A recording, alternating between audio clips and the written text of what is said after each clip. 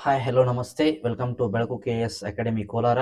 ನಾನು ರವಿಕುಮಾರ್ ಸುತಾರ್ ಸರ್. ಇವತ್ತು ನಾನು TT ಕಾಲ್ಫಾರ್ಮ್ ಆಗಿರೋದ್ರಿಂದ ನಾನು ಹಿಂದೆ ಕೇಳಿರ್ತಕ್ಕಂಥ ಪ್ರಶ್ನೆಗಳನ್ನು ನಿಮ್ಮ ಹತ್ರ ತೆಗೆದುಕೊಂಡು ಬಂದಿದ್ದೀನಿ.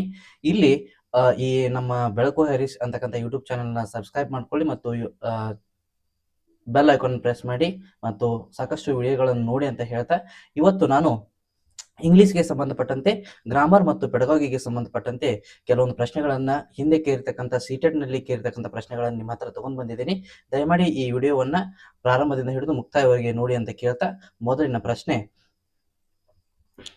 The language which is learned from environment without any explicit teaching is ಅಂತಂದ್ರೆ, ಮಗು ಒಂದು ಭಾಷೆಯನ್ನ ಸ್ಪಷ್ಟ ಭಾಷೆಯನ್ನ ಏನ್ ಮಾಡಬಹುದಪ್ಪ ಅಂತಂದ್ರೆ ಪರಿಸರದ ಮುಖಾಂತರ ಯಾವ ಭಾಷೆಯಲ್ಲಿ ಅದು ಕಲಿಬಹುದು ಅಂತಕ್ಕಂಥ ಪ್ರಶ್ನೆಯನ್ನು ಕೇಳಿದಾನೆ.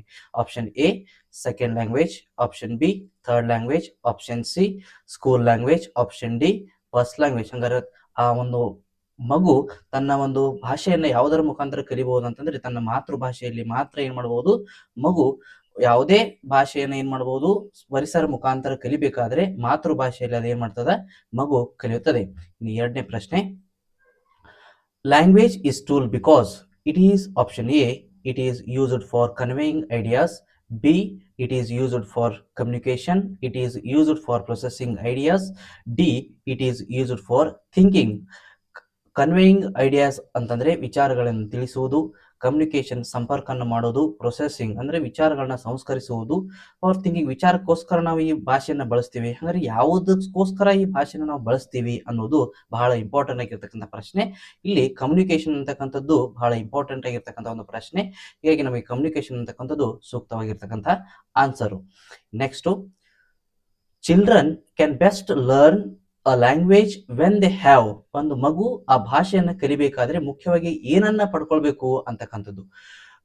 Option A good text book, option B proficient language teacher, option C inhabitation, option D motivation. ಮಗು ಯಾವಾಗಲೂ ನೋಡಿ ಒಂದು ಭಾಷೆಯನ್ನ ಕಲಿಬೇಕಾದ್ರೆ ಹಿಂದೆ ಅಲ್ಲಿ ಒಂದು ಪರಿಸರ ಮುಖಾಂತರ ಕಲಿಬೇಕಾಗಿತ್ತು. ಇಲ್ಲಿ ಆ ಒಂದು ಭಾಷೆಯನ್ನ ಕಲಿಬೇಕಾಗಿರ್ತಕ್ಕಂಥ ಸಂದರ್ಭದಲ್ಲಿ ಟೆಕ್ಸ್ಟ್ ಬುಕ್, ಒಬ್ಬ ಒಳ್ಳೆ ಟೀಚರು, ಒಂದು ವಾಸಸ್ಥಾನನೋ, ಮೋಟಿವೇಶನ್, ಪ್ರೇರಣೆನೋ, ಅಂದ್ರೆ ಮುಖ್ಯವಾಗಿ ನಮಗೆ ಏನ್ ಬರ್ತದೆ, ಬೇರೆ ಒಂದು ಭಾಷೆಯನ್ನ ಕಲಿಬೇಕಾಗಿರ್ತಕ್ಕಂಥ ಸಂದರ್ಭದಲ್ಲಿ ಮೋಟಿವೇಶನ್ ಬೇಕಾಗುತ್ತದೆ. ಹೀಗಾಗಿ option D is a correct answer. ಇದು ಬಹಳ ಮುಖ್ಯವಾಗಿರ್ತಕ್ಕಂಥ ಪ್ರಶ್ನೆ. ಇನ್ನು ನಾಲ್ಕನೇ ಪ್ರಶ್ನೆ, TBLT ಇದರ ವಿಸ್ತೃತ ರೂಪವನ್ನು ಕೇಳಿದಾನೆ. ಅಂದ್ರೆ TBLT ಇದರ ವಿಸ್ತೃತ ರೂಪ option A task based language teaching, option B task book language teaching, C tool based language teaching, D text book language teaching. ಅಂದ್ರೆ ಇಲ್ಲಿ TBLT ಇದರ ಸ್ಪಷ್ಟ ವಿಸ್ತೃತ ರೂಪ ಟಾಸ್ಕ್ ಬೇಸ್ಡ್ ಲ್ಯಾಂಗ್ವೇಜ್ ಟೀಚಿಂಗ್. ಇನ್ನ ಇದು ಬಹಳ ಇಂಪಾರ್ಟೆಂಟ್ ಪ್ರಶ್ನೆ. ಇನ್ನು ಐದನೇ ಪ್ರಶ್ನೆ, which part of speech in the underline word in the following sentence. ಅಂದ್ರೆ the kind of language learn in each setting differs to. ಈ ಈಚ್ ಅಂತಕ್ಕಂಥ ಪದ ಪಾರ್ಟ್ಸ್ ಆಫ್ ಸ್ಪೀಚ್ ನಲ್ಲಿ ಬರ್ತಕ್ಕಂಥ ಪದ ಯಾವುದಾಗಿದೆ ಅನ್ನೋದನ್ನು ಕೇಳಿದಾನೆ. ಇಲ್ಲಿ option A pronoun, option B determiner, option C conjunction, option D preposition. ಹಾಗಾದ್ರೆ ಇಲ್ಲಿ ಈಚ್ ಅಂತಕ್ಕಂಥ ಪದ ನಮಗೆ ಸೂಕ್ತವಾಗಿ ಡಿಟರ್ಮೈನ್ ಅಂತಕ್ಕಂಥ ಒಂದು ಪದ ಆಗುತ್ತದೆ. ಹಾಗಾದ್ರೆ ಇಲ್ಲಿ ಪ್ರನೌನ್ ಅಂತಂದ್ರೆ ಒಂದು ಯಾವುದೇ ಒಂದು ಇನ್ಸ್ಟೆಡ್ ಆಫ್ ನೌನ್ ಅಂತಂದ್ರೆ ನಾಮಪದ ಬದಲಾಗಿ ಬಳಸ್ತಕ್ಕಂಥ ಪದಗಳು ಪ್ರನೌನ್ ಆಗ್ತವೆ. ಕಂಜಕ್ಷನ್ ಅಂತಂದ್ರೆ ಎರಡು ವಾಕ್ಯಗಳನ್ನ ಕೂಡಿಸ್ತಕ್ಕಂಥ ಪದ ಕಂಜಕ್ಷನ್ ಆಗುತ್ತದೆ. ಇನ್ನ ಪ್ರಿಪೊಸಿಷನ್ ಇನ್, ಅಟ್, ಆರ್ ಅಂತಕ್ಕಂಥ ಪದಗಳು ನಮಗೆ ಏನಾಗ್ತಾವಪ್ಪ ಅಂತಂದ್ರೆ ಪ್ರಿಪೊಸಿಷನ್. ಇದು ಬಹಳ ಪಾರ್ಟ್ಸ್ ಆಫ್ ಸ್ಪೀಚ್ ಗೆ ಸಂಬಂಧಪಟ್ಟಂತೆ ಒಂದು ಪ್ರಶ್ನೆ ಅಥವಾ ಎರಡು ಪ್ರಶ್ನೆ ಕಡ್ಡಾಯವಾಗಿ ಸಿಟೆಟ್ ಮತ್ತು TTಯಲ್ಲಿ ಕೇಳ್ತಾನೆ. ಇದನ್ನು ಕಡ್ಡಾಯವಾಗಿ ನೋಡ್ಕೊಳ್ಳಿ. ಇನ್ನ the word that the same as infirmity ಅಂತಂದ್ರೆ ಇನ್ಫಾರ್ಮಿಟಿ ಇದನ್ನ ಸಿನಾನಿಮ್ಸ್ ಕೂಡ ಅಂತ ಕರೀತಾರೆ. ಸಿನಾನಿಮ್ಸ್ ಗೆ ಸಂಬಂಧಪಟ್ಟಂತೆ ಇನ್ಫಾರ್ಮಿಟಿಗೆ ಸಂಬಂಧಪಟ್ಟಿರ್ತಕ್ಕಂಥ option A smart, B unwanted, C logical, D irrational. ಹಾಗಾಗಿ ಇನ್ಫಾರ್ಮಿಟಿಗೆ ಸಂಬಂಧಪಟ್ಟಿರ್ತಕ್ಕಂಥದ್ದು ನಮಗೆ ಲಾಜಿಕಲ್ ಆನ್ಸರ್ ಆಗುತ್ತದೆ. ಇದನ್ನ ನೀವು ನಾನು ಮುಂದೆ ಬರ್ತಕ್ಕಂಥ ಮತ್ತೆ ವಿಡಿಯೋದಲ್ಲಿ ನಾನು ತಿಳಿಸ್ತಾ ಹೋಗ್ತೀನಿ. ಇದನ್ನು ಕೆಲವೊಂದು ಪ್ರಶ್ನೆಗಳನ್ನು ತಗೊಂಡ್ ಬರ್ತೀನಿ. ಇನ್ನ ಫ್ರೇಸಲ್ ವರ್ಬ್ ಅನ್ನ ಕೇಳ್ತಾನೆ. ಅಂತಂದ್ರೆ ಒಂದು ವಾಕ್ಯವನ್ನು ಕೊಟ್ಟು ಆ ವಾಕ್ಯಕ್ಕೆ ಸಂಬಂಧಪಟ್ಟಿರ್ತಕ್ಕಂಥ ಒಂದು ಪದವೇ ಸೂಕ್ತ ಆಗಿರ್ತದೆ. ಅಂದಂಗ ಫ್ರೇಸಲ್ ವರ್ಬ್ ನೋಡಿ, the sun has left the sky.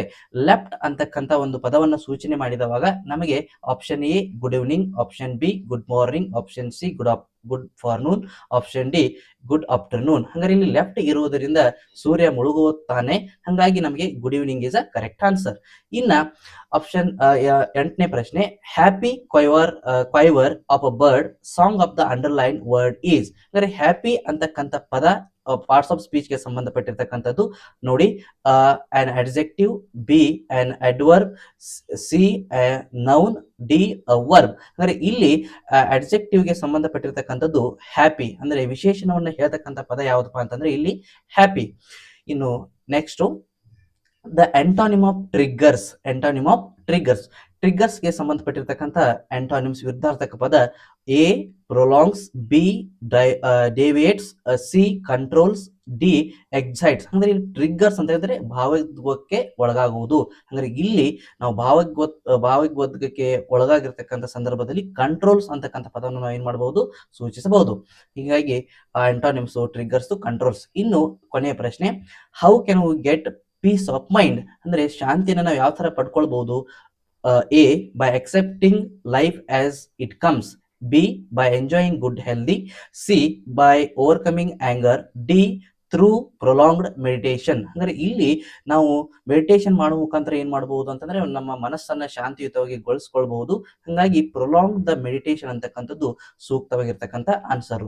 ಇನ್ನು ಇದೇ ತರ ನಾನು ಮುಂದೆ ಬರ್ತಕ್ಕಂಥ ಚಾನೆಲ್ ನಲ್ಲಿ ಅಥವಾ ಯೂಟ್ಯೂಬ್ ನಲ್ಲಿ ಏನ್ ಮಾಡ್ತೀನಿ ಅಂತಂದ್ರೆ ಸಾಕಷ್ಟು ಪ್ರಶ್ನೆಗಳನ್ನ ಸಿಟೆಟ್ ಗೆ ಸಂಬಂಧಪಟ್ಟಂತೆ ಮತ್ತು ಟಿ ಗೆ ಸಂಬಂಧಪಟ್ಟಂತೆ, ಪೆಡಗಾಗಿಗೆ ಸಂಬಂಧಪಟ್ಟಂತೆ, ಗ್ರಾಮರ್ಗೆ ಸಂಬಂಧಪಟ್ಟಂತೆ ಇನ್ನೂ ಅನೇಕ ಪ್ರಶ್ನೆಗಳನ್ನ ನಿಮ್ಮ ಹತ್ರ ದಿನ ನಾನು ತಗೊಂಡ್ ಬರ್ತೀನಿ. ದಯಮಾಡಿ ನಮ್ಮ ಯೂಟ್ಯೂಬ್ ಚಾನೆಲ್ ಸಬ್ಸ್ಕ್ರೈಬ್ ಮಾಡ್ಕೊಳ್ಳಿ ಮತ್ತು ಲೈಕ್ ಬಟನ್ ಪ್ರೆಸ್ ಮಾಡಿ. ಸಾಕಷ್ಟು ವಿಡಿಯೋಗಳನ್ನ ಮತ್ತೆ ಮುಂದಿನ ತರಗತಿಯಲ್ಲಿ ನೋಡೋಣ ಅಂತ ಹೇಳ್ತಾ ಇಲ್ಲಿವರೆಗೂ ಈ ತರಗತಿಯನ್ನ ಕೇಳಿರ್ತಕ್ಕಂಥ ತಮ್ಮೆಲ್ಲರಿಗೂ ಕೂಡ ಧನ್ಯವಾದಗಳು.